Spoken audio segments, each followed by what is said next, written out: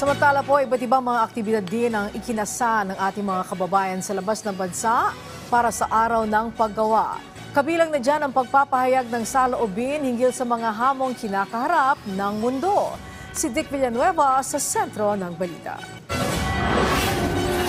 Malawakang protesta ang idinaos sa pagdiriwang ng Labor Day sa Paris, France.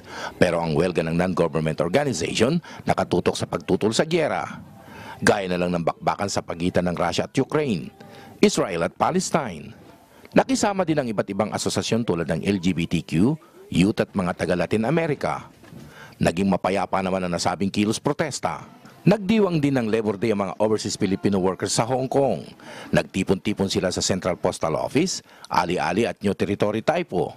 Pinagsaluhan nila ang kanilang lutong Pinoy na potluck. Ang ilan naman ay dinaan sa Zumba, bingo at larong baraha. Ang ilan naman sa kanila ay nag-attend sa church service at birthday celebration. Malaking bagay din daw sa kanila ang Labor Day para magpahinga. Holiday din kasi ang Mayo 1 sa Hong Kong.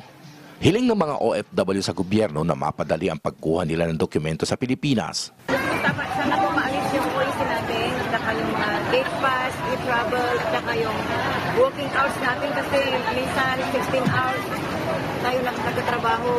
Mula sa Paris, France at Hong Kong, Dick Villanueva para sa Pambansang TV.